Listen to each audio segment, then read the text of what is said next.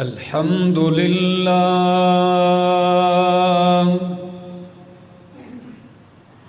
الحمد لله الذي لا أول له لا آخر له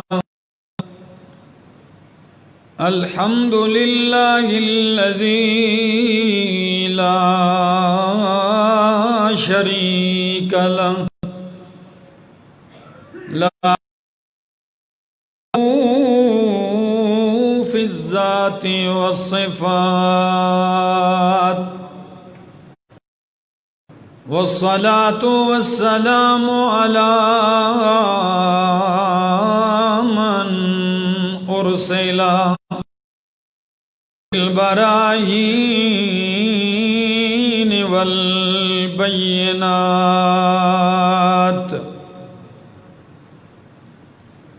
وعلى آله وأصحابه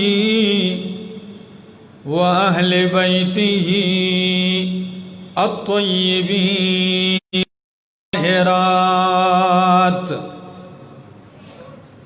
أما بعد فأعوذ بالله من الشيطان الرجيم بسم الله الرحمن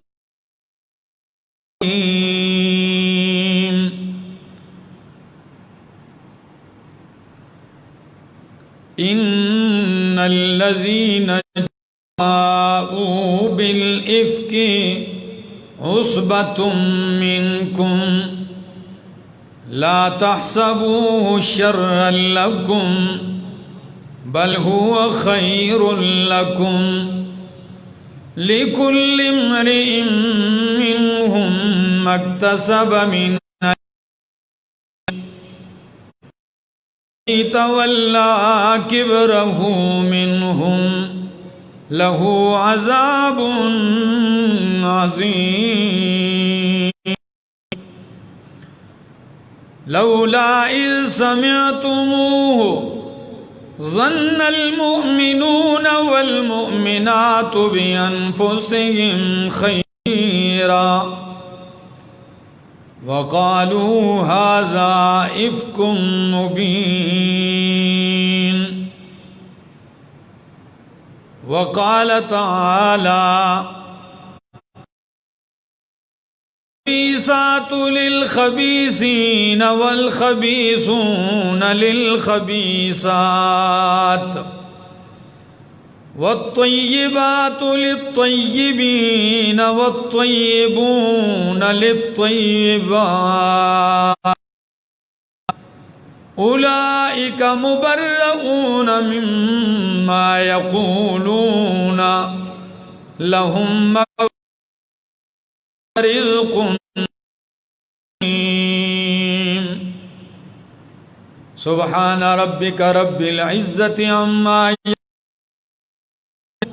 وسلام على المرسلين والحمد لله رب العالمين. انتہائی قابل عزت، قابل قدر بزرگوں، بھائیوں، عزیزوں، نوجوان ساتھیوں، السلام علیکم.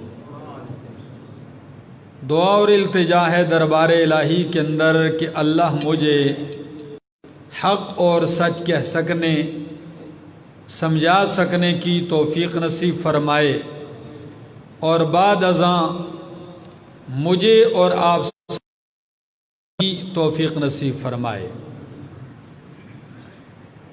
گزشتہ جمعۃ المبارک سے ایک موضوع، ایک عنوان ہم نے شروع کیا تھا، سیرت و عظمت اور مناقب صدیقہ کائنات سیدہ عائشہ صدیقہ رضی اللہ تعالی عنہا حوالے سے کچھ چیزیں گزشتہ جمعے آپ کے سامنے بیان کر چکا ہوں. کچھ اہم حصے کے وہ آج آپ کے سامنے عرض کروں گا۔ امہات المومنین میں ازواج میں جو مقام حضرت عائشہ صدیقہ رضی اللہ تعالی عنہا کو حاصل ہے وہ کسی دوسری کو حاصل نہیں ہے۔ آپ ازواج مطہرات میں نبی کریم کے نکاح میں جب آئیں تو آپ کنواری تھی، مطلب کہ آپ کے علاوہ جتنی بھی ازواج مطہرات ہیں ان کے پہلے شوہر فوت ہوئے تھے اور ان کا اللہ کے نبی کے ساتھ دوسرا نکاح تھا، اور عمر میں بھی سب سے کم تھی۔ صدیق اکبر کی بیٹی تھی، ذہانت فطانت، اور پھر گھر بھی ایسا ملا وہ حجرہ مصطفیٰ، اور گھر کا صحن جو ہے وہ مسجد مصطفیٰ ہے، اور جو بستر ملا وہ بھی ایسا کہ جبریل وحی بھی اسی پہ اتارتا ہے۔ اللہ کے پیغمبر جب صدیقہ کائنات کے بستر پہ ہوتے ہیں تو وحی اترتی ہے۔ پھر جب یہ ماحول ایک ہستی کو میسر ہو،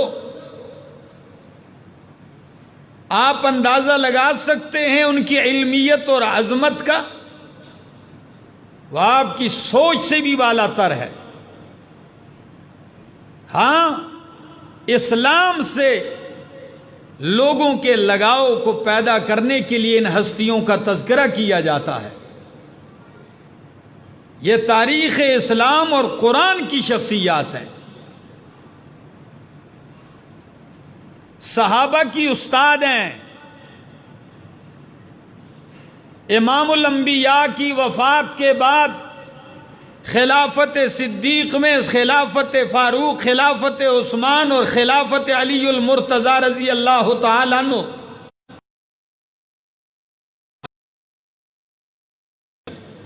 اللہ اکبر۔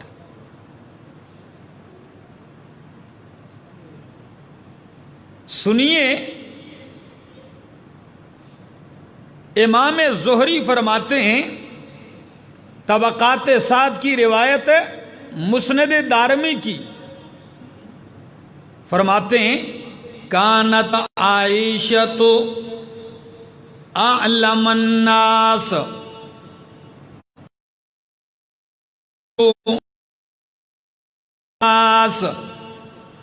یسألها الاکابر من اصحاب رسول اللہ۔ صدیقہ کائنات حضرت عائشہ لوگوں میں سب سے زیادہ علم رکھنے والی تھی۔ دلیل کیا ہے؟ امام زہری فرماتے ہیں کہ لوگوں میں صحابہ کرام میں سے اکابرین آپ سے مسائل پوچھا کرتے تھے۔ یسألها الاکابر من اصحاب رسول اللہ، اکابر صحابہ کرام آپ سے سوال پوچھا کرتے، مسائل پوچھا کرتے تھے۔ اور حضرت عروہ بن زبیر رضی اللہ تعالیٰ عنہ فرماتے ہیں ما رأیت احدا قرآن ولا بفریضت ولا بفقہ ولا بشعر ولا بطب ولا بحدیث العرب ولا نسب من عائشہ۔ کہتے ہیں میں نے آج تک قرآن کا بڑا عالم عائشہ سے نہیں دیکھا۔ اللہ ما رأیت احدا، قرآن کی سب سے بڑی عالمہ، فاضلہ، مفسرہ، اور تعجب کی بات نہیں کہ قرآن جس کے بستر پہ اترتا ہو اسے قرآن کا علم کیوں کرنا ہو، تعجب کی بات بھی نہیں۔ وَلَا بِفَرِيضَةٍ، علم میراث میں آپ سے زیادہ علم والا کوئی، حلال حرام کا علم آپ سے زیادہ کسی کے پاس نہیں۔ وَلَا بِفِقْهٍ، دین کی سمجھ اور کر ہم نے کسی کو نہیں دیکھا، اور شاعری کا علم بھی آپ کو بہترین حاصل تھا۔ اور اس سے بات یہ ہے کیونکہ حلال و حرام تو آپ کے گھر سے پہچان ہوتی ہے، قرآن تو اترتا ہی آپ کے حجرہ اقدس میں ہے، یہ تعجب کی بات نہیں۔ تعجب کی بات یہ کہ وَلَا بِطِبٍ، ڈاکٹری، طب اور حکمت میں بھی آپ سے زیادہ علم کسی کے پاس نہیں تھا۔ میں نے گزشتہ جمعے اس پہ ایک حوالہ پیش کیا کہ عروہ نے کہا اماں جان یہ باقی باتیں تو میں مانتا ہوں، مجھے تعجب نہیں ہے، کیوں کہ آپ صدیق کی بیٹی ہیں، صدیقہ بنت صدیق، صدیقہ بنت صدیق ہیں، اور حبیب اللہ کی زوجہ ہیں، رسول اللہ کی ہیتی بیوی ہیں۔ اس میں تعجب نہیں، تعجب آپ کی حکمت اور طب پر ہوتا ہے۔ یہ ڈاکٹری کہاں سے سیکھی ہے؟ ام المومنین نے فرمایا عروہ اس تعجب کی بات نہیں ہے، نبی کریم جب آخری ایام میں، آخری عمر میں اکثر بیمار پڑ جایا کرتے تھے، اور سارے عرب کے وفد آتے، ایک وفد اٹھتا، دوسرا وفد آتا، دوسرا اٹھتا، تیسرا، بڑے بڑے حکیم آتے، وہ آپ کی صحت کے لیے، آپ کے لیے دوائیاں تجویز کرتے، طبی نسخے تجویز کرتے، یاد کر لیتی اور پھر آپ کے لیے دوائیاں بناتی۔ اس سے مجھے طب اور ڈاکٹری بھی یاد ہو گئی ہے، طب کا علم بھی آ گیا۔ علم نسب، شجرہ نسب کا علم آپ سے بڑھ کر کسی کے پاس نہیں تھا۔ اللہ اکبر۔ جب یہ علمیت کا حال ہو، اور اسی نہیں، ذرا آپ آگے سن لیجئے، یہ ام المومنین صدیقہ کائنات کے شاگرد رشید ہیں، کہتے ہیں میں نے پوچھا ام المومنین حل رأى محمد ربہ، کیا محمد الرسول اللہ نے معراج کی رات اپنے رب کو دیکھا ہے کہ نہیں؟ سوال سمجھ، سوال دوسرا سوال یہ حل کتم شیئا، کیا اللہ کے رسول نے وحی میں سے کچھ چیزیں چھپائی ہیں یا سب بیان کر دی ہیں؟ کیونکہ بعض لوگوں کا خیال تھا کہ نبی کریم نے فلاں کو بتائیں باقی کسی کو نہیں بتائیں۔ اچھا، تیسرا سوال یہ پوچھا، ہری پور والوں، مسجد نمرہ والوں خوب سن لیجئے، فرمایا حل محمد یعلم الغیب، کیا محمد الرسول اللہ غیب کا علم رکھتے تھے، عالم غیب تھے کہ نہیں؟ کتنے سوال؟ ام المومنین کے جواب سنیے، ذرا فتویٰ سنیے اماں جان کے، من حد محمدن رعا ربہ فقد کذب، جس نے خبر دی کہ محمد رسول اللہ صلی اللہ علیہ وسلم نے رب کو دیکھا ہے، اس نے جھوٹ بولا ہے۔ کہتا ہے لا تدرکہ الابصار وہو یدرک الابصار، آنکھیں اللہ کو نہیں پا سکتی، آنکھیں ادراک نہیں کر سکتی، ہاں اللہ آنکھوں کا احاطہ ادراک کر سکتے ہیں۔ اور فرمایا قرآن کی یہ آیت نہیں سنی، ما کان لبشر ان یکلمہ اللہ الا من، فرمایا آپ نے یہ نہیں سنا کہ اللہ کسی بشر سے بھی آمنے سامنے بات نہیں کرتے سوائے 3 طریقوں کے، یا وہی بھیجتے ہیں پردے کے پیچھے، براہ راست دل پہ وہی بھیجتے ہیں، سامنے کوئی اللہ کو دیکھ رہا ہو اللہ بات نہیں کرتے۔ 2 آیتیں پیش کی، لیکن یاد رکھیے اہل ایمان کا عقیدہ ہے کہ قیامت والے دن جنت میں اہل ایمان اللہ کا دیدار کریں گے، اللہ ہمیں نصیب فرمائے۔ فرمایا دوسرے سوال، نبی نے کچھ چھپایا بھی ہے وحی میں، فرمایا جس نے آپ کو یہ خبر دی نبی نے وحی میں سے کچھ چھپایا ہے، اس نے بھی جھوٹ بولا ہے، اس لیے کہ قرآن کہتا ہے یا ایھا الرسول بلغ ما انزل الیک من ربک وَإِن لَّمْ تَفْعَلْ فَمَا بَلَّغْتَ رِسَالَتَهُ، آپ پہنچا دیجئے وہ کچھ جو آپ کی طرف وحی کیا جا رہا ہے رب کی طرف سے۔ اگر آپ نے رب کی وحی نہیں پہنچائی تو سمجھ لیجئے آپ نے رب کا پیغام نہیں پہنچایا۔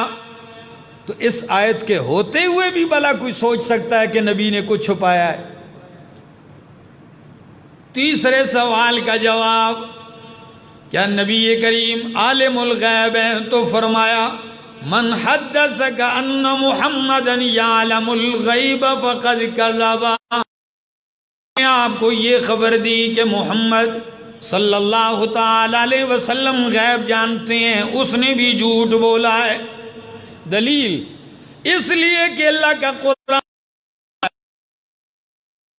من فی السماوات والارض الغیب الا اللہ، کہہ دیجیے آسمان و زمین میں غیب کوئی نہیں جانتا الا اللہ، اگر جانتا ہے تو وہ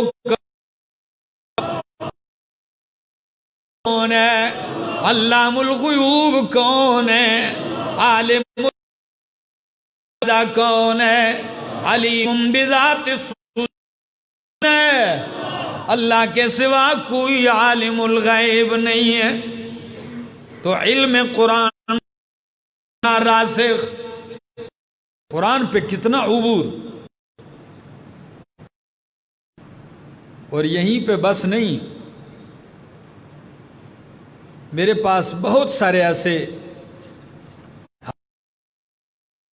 تو یوں بھی ہوتا نبی علیہ السلام بیٹھے ہیں، جبریل آئے، حضرت صدیقہ کائنات پاس ہیں، نبی کریم نے کیا فرمایا؟ فرمایا عائشہ ھذا جبریل یقرئک السلام، او عائشہ یہ میرے پاس جبریل کھڑا ہے، وہ تجھے سلام پیش کر رہا ہے۔ ھذا جبریل یقرئک السلام، یہ آپ کو سلام پیش کرتے ہیں۔ صدیقہ کائنات فرماتی ہیں میں نے فوراً کہا فقلت وعلیہ السلام ورحمۃ اللہ وبرکاتہ، جبریل بھی سلام، جبریل پہ بھی اللہ کی رحمتیں اور برکتیں ہو۔ اور اگلا جملہ کیا فرمایا؟ فرمایا ترا مال، یا رسول اللہ جبریل آپ تو دیکھ رہے ہیں لیکن مجھے نظر نہیں آ رہا، ترا ما لا ارا، جن کی علمیت جن کی عظمت کا یہ حال ہو، اندازہ لگائیے ان کا صحابہ میں نمایاں مقام، یہ کوئی عجیب بات نہیں ہے۔ ذہبی رحمہ اللہ شیخ الاسلام ابن تیمیہ رحمہ اللہ کے شاگرد رشید ہیں، وہ فرماتے ہیں، کہتے ہیں کہ حضرت عائشہ صدیقہ رضی اللہ تعالی عنہ تمام کائنات کی عورتوں میں رکھنے والی ہیں، تمام انسانیت میں جتنی بھی عورتیں ہیں کائنات کی، سب سے زیادہ علم رکھنے والی ہیں۔ 8 سال نبی کریم کی معیت میں گزارے۔ کتنے سال؟ شادی کے بعد 8 سال میرے نبی کی صحبت میں گزارے، 8 سال، اور پیدائش سے لے کر شادی تک کیا فرماتی ہیں؟ کہتی میں نے جس گھر میں آنکھ کھولی ہو سنبھالا تو میں نے اپنے ماں باپ کو مسلمان پایا، مشرک نہیں پایا۔ اسلام میں آنکھ کھولی، باپ بھی پھر معمولی آدمی نہیں، صدیق اکبر، اور فرماتی ہیں، کہتی ہیں شادی سے پہلے، اللہ کیا محبت ہے اللہ کے نبی سے، کہتی ہیں شادی سے پہلے کوئی دن ایسا نہیں گزرا کہ نبی کریم ہمارے گھر ہر روز تشریف نہ لاتے ہوں، ہر دن اللہ کے پاک پیغمبر ہمارے ہاں تشریف لاتے تھے۔ یہ عظمتیں، یہ نسبتیں، زہری فرماتے ہیں سیر و اعلی، کہتے ہیں لو جمع علم عائشہ، لو جمع علم عائشہ الى علم جمیع النساء لکان علم عائشہ افضل۔ عورتوں کا علم اکٹھا کیا جائے، ساری عورتوں کا، تو حضرت عائشہ رضی اللہ تعالی عنہا کا علم ان سے افضل ہوگا، زیادہ ہوگا۔ اللہ اکبر۔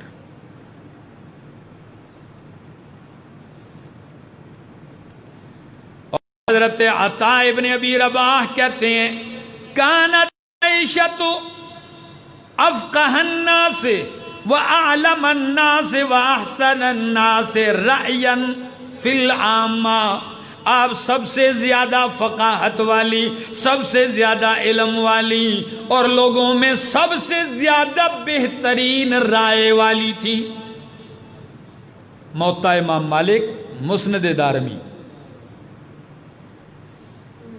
میں نے بڑی یہ جتنی بھی حوالے اکٹھے کیے ہیں آپ کے سامنے سنا رہا ہوں، یہ کہیں آپ ان کو معمولی نہ سمجھنا، یہی نہیں، ام المومنین کی شان ہی نرالی ہے۔ مانو فخر کرو، اللہ نے ایسی ماں سے نوازا ہے، ایسی امہات سے اللہ نے نوازا ہے۔ عبداللہ ابن عمر رضی اللہ تعالیٰ عنہ سے کسی نے پوچھا، جب حضرت عائشہ کا وصال ہو گیا، وفات پا گئی، فرمایا آپ کیا دیکھتے ہیں کہ ان کی وفات پہ کون غمگین ہوگا؟ تو فوراً کہنے لگے جن کی وہ ماں تھی وہ سارے ہی اشکبار ہیں۔ مومن جب ماں کی عظمت سنتا ہے تو ان کے سینوں میں ٹھنڈ پڑتی ہے۔ سنیے، جب مقام ہو تو حسد بھی ہوتا ہے نا، کیا حاسدین نے حسد بھی بڑا کیا ہے۔ نبی کریم، آپ ذرا تعارف پیش کرنے لگا، یہ سن لی، اللہ کے پاک پیغمبر جب مکہ مکرمہ ہجرت کرتے ہیں، ہری پور والو آج کے معاشرے کو بھی دیکھ لینا، خوب دل کی کھڑکیاں اور برتن کھولیے، نبی کریم مدینہ منورہ میں بہت سارے قبائل آباد ہیں، اوس، خزرج، یہ بڑے قبیلے تھے۔ انہوں نے سوچا نبی کی آمد سے پہلے، ابھی نبی مدینے میں تشریف نہیں لائے تھے، کہ انہوں نے سوچا کہ مدینے کا بھی کوئی بادشاہ ہونا چاہیے۔ کیا ہونا چاہیے؟ جس طرح لوگ کہتے ہیں جی آؤ یار اپنی کوئی برادری، کوئی لوگ کہتے ہیں جی، جس طرح میں اکثر پہ دیکھتا ہوں گجر برادری ہیں ہو، پھر اپنی قوم کا ایک بڑا بنا لیتے ہیں، کئی کہتے ہیں جی ہم تنولی قوم ہیں تو اس کی ایک کمیٹی ہو، صدر ہو۔ لوگ تو اہل مدینہ نے کہا ہمارا بھی کوئی لیڈر ہونا چاہیے، کوئی قائد ہو جو مدینے کی لیڈری کرے۔ یہ بہت بڑی چیز تھی۔ نظر انتخاب جب آئی تو عبداللہ بن ابی بن سلول پر۔ کس پر؟ عبداللہ بن ابی، جسے دنیا رئیس المنافقین کے نام سے جانتی ہے۔ ذرا سنیے حسد کیا ہوتا ہے۔ ان کا نام منتخب کیا گیا، آدمی ہوشیار، فہم و فراست والا، ہمارا لیڈر ہونا چاہیے۔ سب کر لیا، آرڈر پہ سنارے سے لیا گیا۔ کیا بنایا گیا؟ تاج پوشی کی جائے، تاریخ مقرر ہو گئی، فلاں مہینے کو حلف برداری ہوگی۔ وزارت عظمیٰ کا کیا اٹھائیں گے؟ حلف اٹھائیں گے۔ جب ایسا موقع ہوتا ہے کوئی دوستوں کو بلاتا ہے، اپنوں کو بلاتا ہے، سب کو میری خوشی میں مجھے لیڈر بنایا جا رہا ہے، امارت ملتی ہے، قیادت مل رہی ہے۔ دن طے ہو گیا، تاج بھی بن گیا، اب صرف بادشاہت کے وہ دن آنے کا انتظار ہے۔ اور عبداللہ ابن سلول جو ہے، عبداللہ ابن ابی ابن سلول، دل میں بڑے سپنے چھپائے ہوئے ہیں، بہت سے خیالات ہیں، بہت سی امیدیں ہیں، خوش فہمیوں میں مبتلا ہے کہ یکایک نہیں آیا تھا کہ مدینے میں میرے محمد کی آمد ہو گئی علیہ وسلم۔ اللہ پیغمبر جب مدینہ منورہ پہنچتے ہیں، خزرج بھی، مدینے کے سارے قبائل کی کیا حیثیت باقی رہی؟ جب سورج آ جائے پھر ایسے چراغوں کی کہاں حیثیت رہتی ہے؟ نے کیا ہی خوب کہا کہ انکا شمس کواکب، انکا شمس والملوک کواکب، اذا طلعت لم یبدو منہن کوکب۔ اے میرے مصطفیٰ اور کائنات کے سارے بادشاہ جو ہیں کی ہے، آپ سورج ہیں، کائنات کے سارے سال ستاروں کی ہے، اور اذا منہم ہو جائے پھر ستارے نظر۔ اللہ اکبر۔ اور سورج بھی ایسا، یا سورج نہیں، اس کی کیا حیثیت ہے میرے کے مقابلے میں؟ تبھی تو صدیقہ حضرت جابر نے کہا لنا شمس وللآفاق شمس، لنا شمس وللآفاق وشمسی خیر من شمس السماء، شمس الناس تطلع بعد فجری وشمسی تطلع بعد العشاء۔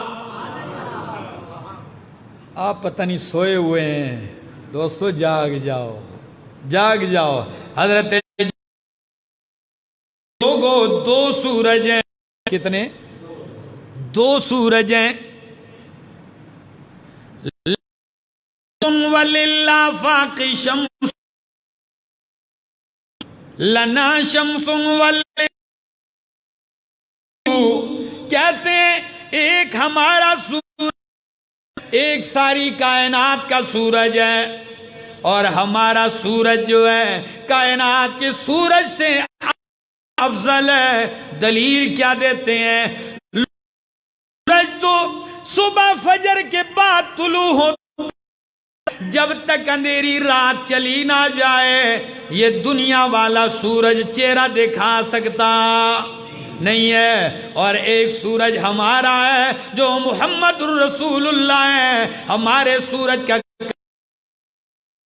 سننا سے تطلع بعد فجری، لوگوں کا سورج تو اندھیرا چلا جائے طلوع ہوتا ہے، اور ہمارے سورج کا کمال ہے جہاں کفر کا اندھیرا ہو وہی طلوع ہو کے ایمان کے اجالے کر دیتا ہے.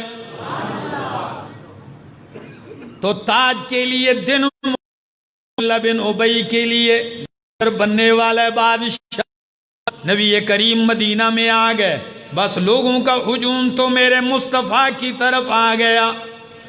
وہ تاج پوشی کی وہ تقریب شقریب ساری کیا ہو گئی؟ ڈیس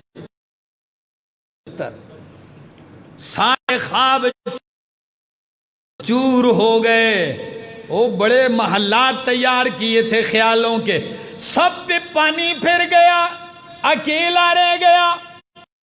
قیادت صرف میرے محمد کی چل رہی تھی. تو بڑا سیاح حسد کی آگ میں جلنا شروع ہو گیا. پر ہوشیار اتنا ہے کہ اب اگر ایک دم کھل کے دشمنی پہ آ جاؤں، مخالفت پہ، تو میں کر کچھ، کیونکہ سارے تو وہاں چلے گئے، نبی کریم کے دامن کے نیچے آ گئے، تو میری طرف کون؟ تو ہوشیاری سے کام لیتے ہوئے یہ بھی آ گیا نبی کریم کے پاس، اور حسد کی آگ میں جل رہا ہے.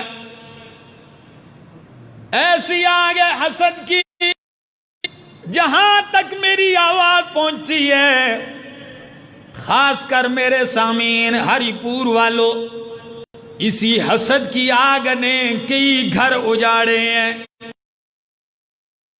آگ کی وجہ سے پہلا قتل ہوا ہے کائنات میں. اسی حسد کی وجہ سے نے کنویں کی اندھیریوں میں دن گزارے ہیں. اسی حسد کو قتل کرنے کی سازشیں کی گئی. اسی حسد کی وجہ سے کہ برباد ہوئے ہیں. آج بھی دیکھ لو، کوئی کسی کو اچھا کھاتا نہیں دیکھ سکتا، اچھا پہنتا نہیں دیکھ سکتا، کسی کی اچھی عزت نہیں دیکھ سکتا، کسی کی کوٹھی، کسی کا بنگلہ، کسی کی کار، کسی کی شہرت، کسی کی قبولیت نہیں دیکھ سکتا. لیکن قربان جاؤ، میرے محمد پہ اترنے والے قرآن نے سب کچھ ہمیں پہلے دیا کہ میرا دوست پرواہ نہ کرنا، چلے گا. ہاں کبھی باپ بھی مخالفت پہ آئے گا. جب باپ مخالف ہوگا تو ابراہیم خلیل اللہ کو سامنے کر لینا. کبھی ایسا بھی ہوگا بھائی بھی آئیں گے دشمنی پہ. جب بھائی دشمنی پہ آئے پریشان ہونے نہیں ہے. میرے یوسف کا تذکرہ سامنے کر لینا. بیوی بھی مخالف ہوگی، جب بیوی بھی دشمنی پہ اترے گی گھبرانے کی ضرورت نہیں. کو سامنے کر لینا. ایسے ہوگا، یہ سارے رشتے مخالف ہوں گے. تو عبداللہ بن ابی اس کے خوابوں پہ جب پانی پھیرا، آ گیا اندر سے جلتے جلتے آ گیا. کہتا ہے اب یوں مخالفت نہیں، اب اندر رہ کے جڑے کاٹوں گا. اس بدبخت نے کوئی نہیں دیا. نبی پر، صدیق پر، فاروق پر، صدیقہ کائنات نبی کریم کی زوجہ تک اس نے معاف نہیں کیا۔ 5 ہجری ہے، مدینہ سے تقریباً 9-10 میل کے فاصلے پر موریسیہ ایک کنواں ہے، اور اس کنویں کے پاس ایک بہت بڑی آبادی تھی، بہت بڑا قبیلہ جنہیں بنو مستلق کہا جاتا ہے۔ یہ آباد تھے، انہوں نے اسلام کے خلاف اور خاص کر اہل مدینہ نبی کریم کے خلاف تیاری، نبی کریم نے بریدہ اسلمی کو بھیجا جا کے کہیں ایسا نہ ہو وہ بیچارے بے فکر ہوں اور ہم حملہ کر دیں اور وہ ہمارے خلاف۔ لیکن جب بریدہ اسلمی گئے فوراً آگے کہا یا رسول اللہ وہ پرزور تیاریوں میں آپ کے خلاف لگے ہوئے ہیں۔ اللہ کے پاک پیغمبر نے لشکر تیار کیا مستلق کی طرف،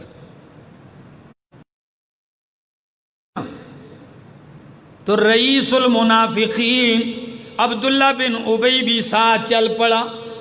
پتا تھا نا مال غنیمت ملے گا، چلو ہمیں بھی کچھ مل جائے گا۔ یہ بھی کئی دن کنویں پر اللہ کے پیغمبر نے قیام کیا، اور پتہ ہے مال غنیمت میں 2000 اونٹ، 5000 بکریاں، بہت ساری۔ اور اس سفر میں نبی کریم کے ساتھ ام المومنین صدیقہ کائنات حضرت عائشہ رضی اللہ تعالیٰ عنہ بھی ساتھ تھی۔ خود بیان فرماتی ہیں کہ میں ساتھ تھی۔ واپس چلتے ہیں، واپسی میں تو ایک جگہ پہ نبی نے پڑاؤ ڈالا، تھوڑی دیر آرام کیا۔ جب چلنے لگے میں اپنی قضاء حاجت کے لیے قافلے سے دور تقاضے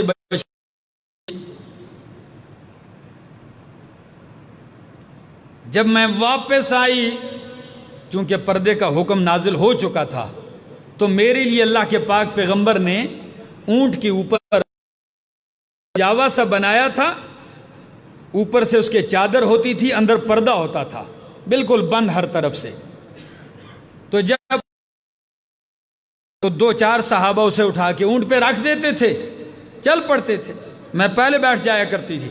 جب اعلان ہوا قافلہ چل پڑے، انہوں نے وہ ہودج وہ کجاوا اٹھایا، اوپر رکھ دیا،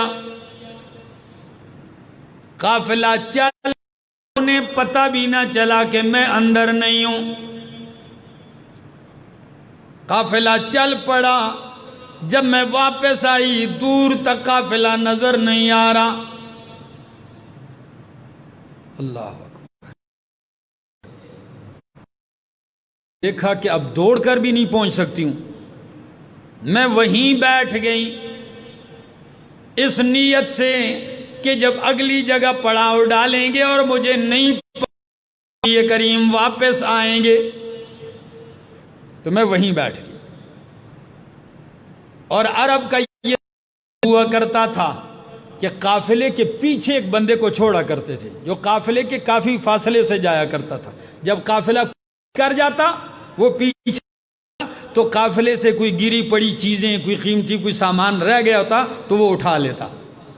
تو پیچھے رہنے والوں میں سے جس صحابی کو نبی کریم نے پیچھے چھوڑا تھا قافلے کے، اس کا نام تھا صفوان بن معطل۔ کیا نام تھا؟ صفوان بن معطل۔ فرماتی ہیں میں بیٹھی بیٹھی انتظار کرتے کرتے میری آنکھ لگ گئی، تو صفوان نے مجھے پردہ کا حکم نازل ہونے سے پہلے دیکھا تھا۔ جب اس نے مجھے تنہا پڑا پایا، فوراً کہا اِنَّا لِلَّهِ وَإِنَّا إِلَيْهِ رَاجِعُونَ۔ اِنَّا لِلَّهِ کہا، یہ جملہ کہا تو میری میں نے ام المومنین فرماتی مجھ سے کوئی بٹھایا، اونٹ کے اگلے پاؤں پر پاؤں رکھا، میں اونٹ پہ سوار ہو گئی. صفوان نے اونٹ کی مہار اور تیزی سے چل پڑا. ام المومنین کہتی ہیں واللہ ما کلمتہ ومنی، اللہ کی قسم نہ صفوان نے مجھ سے کوئی بات کی نہ میں نے صفوان سے کوئی بات کی سارے راستے، اور میں نے اس کا کوئی جملہ نہیں سنا سوائے انا للہ و انا الیہ راجعون. جملے کے سوا میں نے ان کی زبان سے کوئی جملہ نہیں سنا. اگلے مقام پہ جب قافلہ مصطفیٰ کا ٹھہرتا ہے صلی اللہ علیہ وسلم، تو صفوان بن معطل کو لے کر جب پہنچتے ہیں، جب تنے تنہا صفوان اور ام المومنین کو آتے دیکھا، حسد کی آگ میں جلنے والا سلول، موقع ہاتھ آ گیا. اللہ اکبر، خدا کی قسم کانپ جاتا ہے بندہ. موقع ہاتھ آیا اس بدبخت کے. اہل خانہ کو جمع کیا، گھر والوں کو، اور کہنے لگا جلدی یہ خبر عائشہ صدیقہ کو صفوان کے ساتھ بدنام کر دو. مومنوں، مسلمانوں، عزتدار گھرانے کے لوگوں، نبی عزتدار کائنات میں غیر محمد سے بڑھ کر کوئی غیرتی. جب اس افواہ پھیلانا شروع کر دی، الزام کا ایک طوفان کھڑا کر دیا کہ جی دیکھو یہ اسی لیے نعوذ باللہ جو کہنا تھا کہتا گیا. یہ بانی تھا اس الزام کا، اس بہتان تراشی کا. بات اتنی نہ ام المومنین کو خبر ہے نہ صفوان بیچارے کو کوئی خبر ہے. بات پورے مدینہ میں گردش کر رہی ہے، ہر مرد و زن کی زبان پہ. اور منافقین نے اس کو اتنی ہوا دی، نبی کریم پریشان ہے. ام المومنین فرماتی ہیں مجھ سے کسی نے بات بھی نہیں کی کہ یہ معاملہ ہے، مجھے خبر ہی نہیں.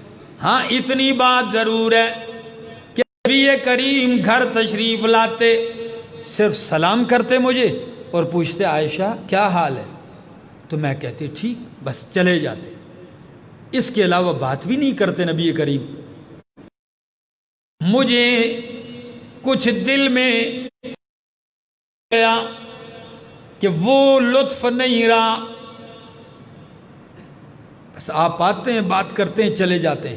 پریشانی کے آثار آپ کے چہرے پر ہیں.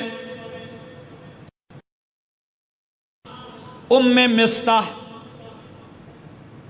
جو حضرت مستح کی والدہ ہیں، وہ میرے ساتھ چلتی ہیں کے لیے. اچانک ام مستح کا پاؤں ان کی چادر میں پھنسا اور وہ گر پڑی. تو ایسا مستح، او مستح تو تباہ ہو جائے. میں نے ایک دم کہا، میں نے کہا خالہ ام مستح آپ اپنے بیٹے کے لیے بد دعا دے رہی ہو؟ مستح تو آپ کا بیٹا ہے، صحابی رسول، بد دعا دے رہی ہو، کیا وجہ ہے؟ وہ کہنے لگی عائشہ آپ کو پتہ نہیں ہے. میں نے کہا نہیں، کیا ہوا ہے؟ کہنے لگی عائشہ آپ کے اوپر عبداللہ بن ابی نے فلاں موقع پر تہمت لگائی تھی، اس کا چرچا کیا اور میرا بیٹا بھی اس فتنے کا شکار ہو گیا ہے. جب میں نے یہ جملہ سنا، بیمار تھی، بس بخار شروع ہو گیا، سردی پیتاری ہو گئی. اپنے حاجت سیدھی گھر آئی، نبی کریم سے اجازت طلب کی. میں نے کہا یا رسول اللہ مجھے اجازت دیجئے میں اپنے ماں باپ کے گھر جاتی ہوں۔ ارادہ تھا کہ جب کہ امی ابو، جب میں نے اجازت طلب کی نبی کریم نے فرمایا ہاں اجازت ہے، جا سکتے۔ میں آ گئی۔ آئی ماں پریشان، ابو جان پریشان ہے۔ میں آئی، میں نے کہا اماں جان یہ کیا باتیں ہو رہی ہیں؟ ماں نے جب دیکھا کہ عائشہ ہو جائے گی، ماں ہوتی ہے۔ فرمایا عائشہ ہاں یہ باتیں ہو رہی ہیں لیکن تو پریشان نہ ہو، کبھی کبھی سوکنوں کی بھی حسد ہوتی ہے۔ کیوں؟ تیری عمر بھی کم، تو نبی کو زیادہ محبوب ہے، ہو سکتا ہے کہ اس طرح کوئی بات بنی ہو۔ تسلی دینے کی کوشش کی۔ میں نے کہا سوکنے جیسے بھی نہیں کر سکتی۔ اللہ اکبر۔ بس کہتی ہیں آنکھیں تھمتی نہیں، ایسی حالت ہے، بس کہہ نہیں سکتی۔ ابا جان کے پاس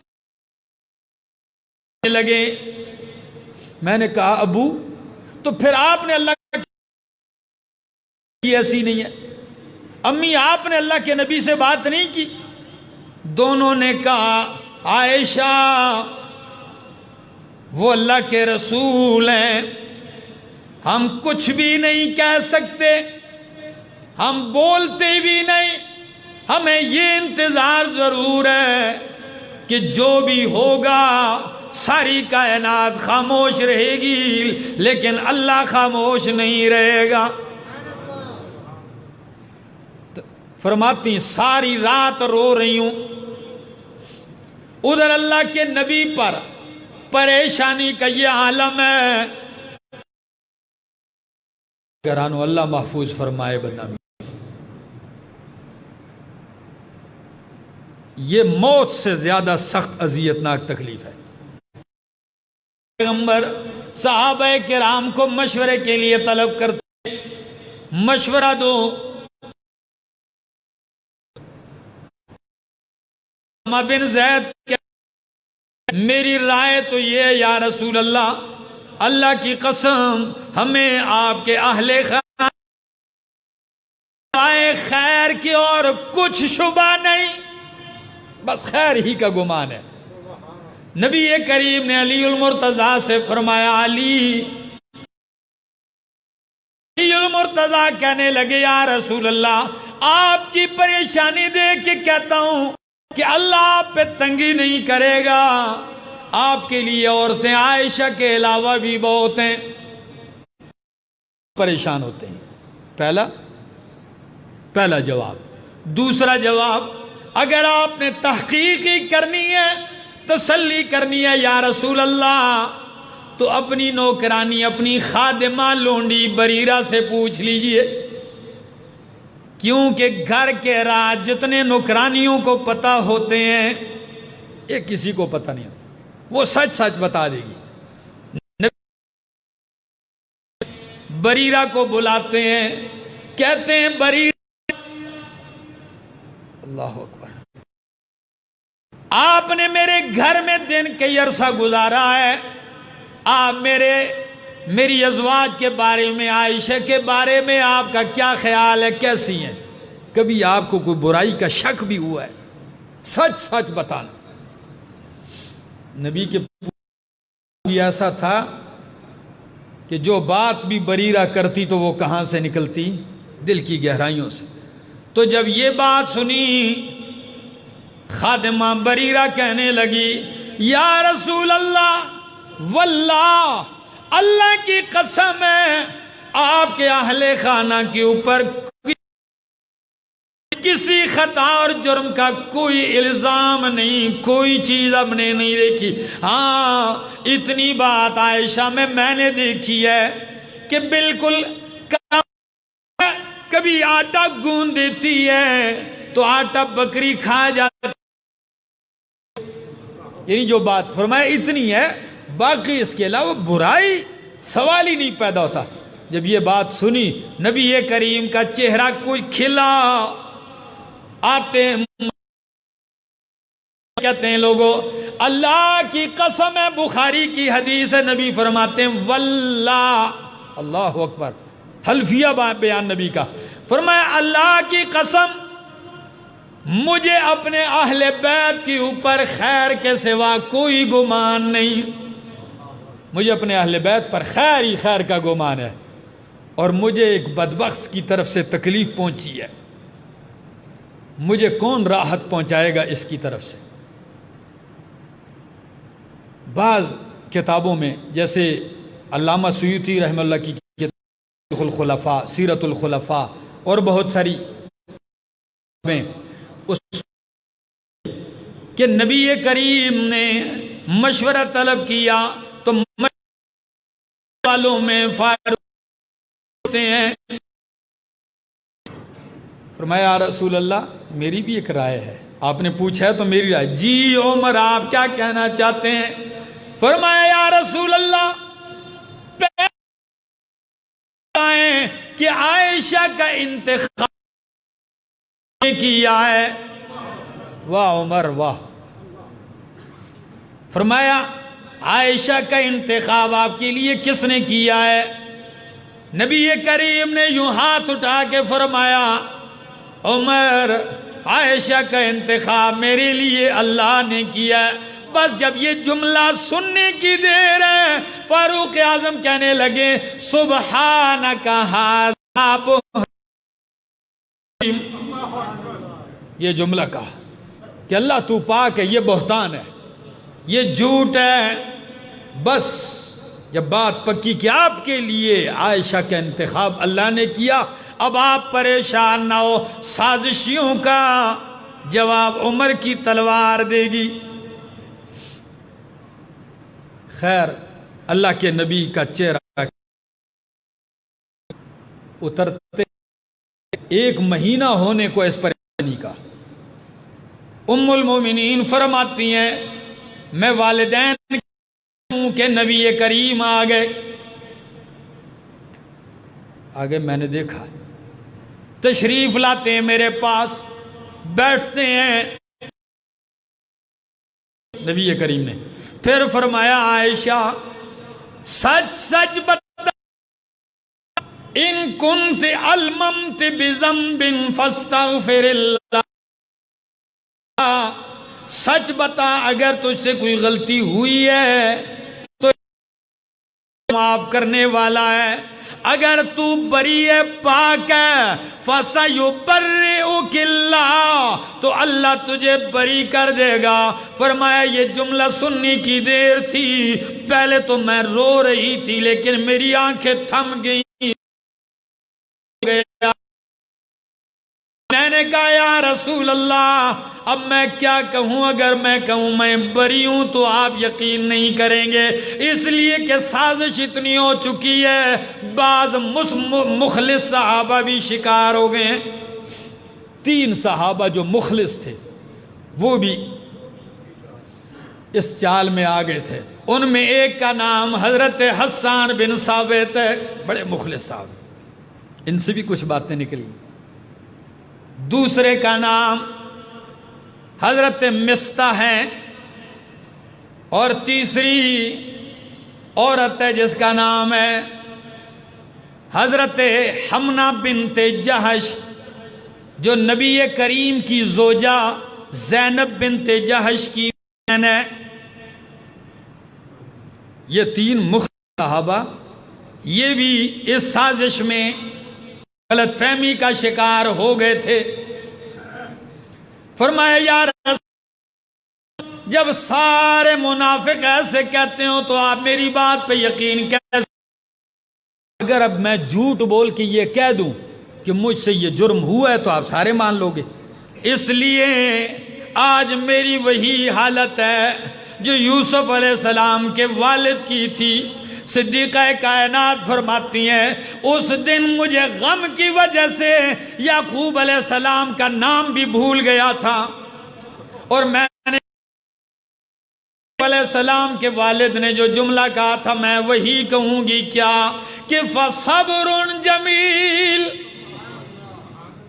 انما اشکو بثی وحزنی الی اللہ، میں اپنی شکایت اللہ ہی کے سامنے آیا۔ یہ میں نے جملے کہے، پھر میں نے کہا اماں جواب دیجئے نا، میں نے کہا ابو آپ جواب دیں، میرے ماں باپ خاموش ہیں۔ بس چند لمحے گزرنے کی دیر تھی کہ نبی کریم کے ماتھے پہ پسینہ شروع ہو گیا، آپ پہ کیفیت وہی اترنے والی شروع ہو گئی، آپ میرے پاس بیٹھے ہیں، وہی اترنے لگی۔ جو ہی وہی اترنے کا سلسلہ ختم ہوا، نبی کا چہرہ کھل اٹھتا ہے، فرمایا ابشری یا عائشہ، عائشہ مبارک کو تیری برات کا اعلان اللہ نے کر دیا ہے۔ مسکرا کے کہا۔ جب یہ جملے کہے ام المومنین فرماتی ہیں میری والدہ فوراً اٹھی، ام رومان آ کے کہنے لگی عائشہ قومی، جلدی اٹھ، شکریہ کا۔ اس وقت میں اٹھ کے کہنے لگی میں شکریہ ان کا نہیں، میں تو اللہ کا شکریہ ادا کروں گی۔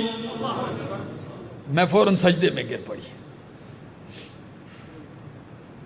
نبی کریم نے 18 آیتیں تلاوت کی میری پاکی اور تطہیر میں، اور کیا کہتی ہیں ام المومنین؟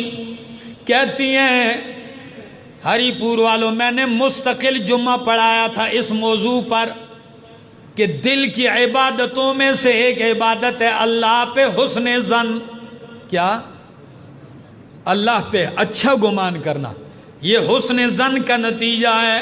کہتی ہیں اتنا تو مجھے یقین تھا کہ اللہ میری برات اتارے گا، لیکن میرے خیال میں اپنی اتنی حیثیت نہیں تھی، میرے دل میں اماں فرماتی ہیں اپنی اتنی حیثیت نہیں تھی، میں نے سمجھا کہ اللہ نبی کریم کو خواب کے ذریعے میری برات وہی گے، اتنی توقع نہیں تھی کہ مالک اتنا احسان کرے گا کہ مالک میری پاکی میں اللہ اپنا قرآن اتار دے گا، میری پاکی اور تطہیر کو، میری عفت اور پاک دامنی کو قرآن بنا دے گا، جو قیامت تک منبر و محراب اور مسجد کی زینت بنے گا، قیامت تک میری پاکی کو عبادت سمجھا جائے گا، قیامت تک میری پاکی کی تلاوت کی جائے گی۔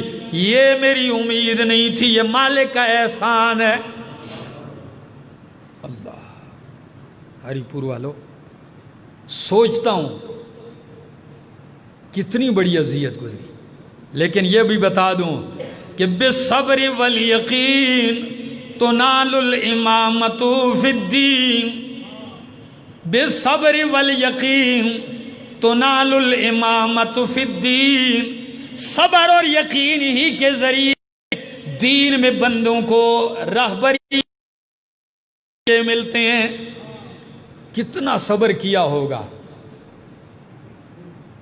وہ آیت میں آپ کے سامنے پڑھتا ہوں، قرآن مقدس کہتا ہے ان الذین جاؤوا بالافک عصبۃ منکم، یقیناً بے شک وہ لوگ بالافک جو جھوٹ گھڑ کے لائے ہیں، یا کذب نہیں کہا، افک کا کیا؟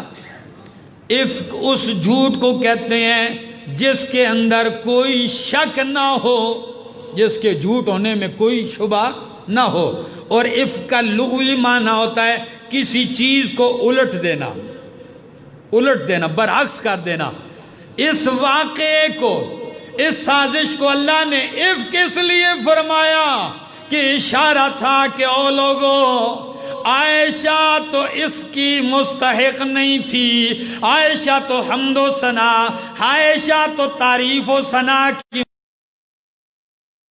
تو احترام و تکریم کی مستحق تھی، تم نے اس کے برعکس اس کے اوپر جھوٹ بول دیا ہے، بالکل برعکس کر دیا۔ تمہیں عزت کرنی چاہیے تھی، تمہیں ان پہ اچھا گمان کرنا چاہیے تھا، تم نے برا کیا، ایسے کیا۔